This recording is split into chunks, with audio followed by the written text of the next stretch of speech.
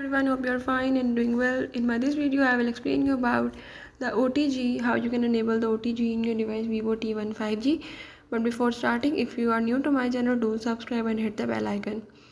So now let's move toward the video. If you want to enable the OTG option in your device to connect USB or anything with your device, you can do this by the method as I am showing in this video. Follow the steps and watch complete video and learn how you can enable the OTG in your device Vivo T1 5G.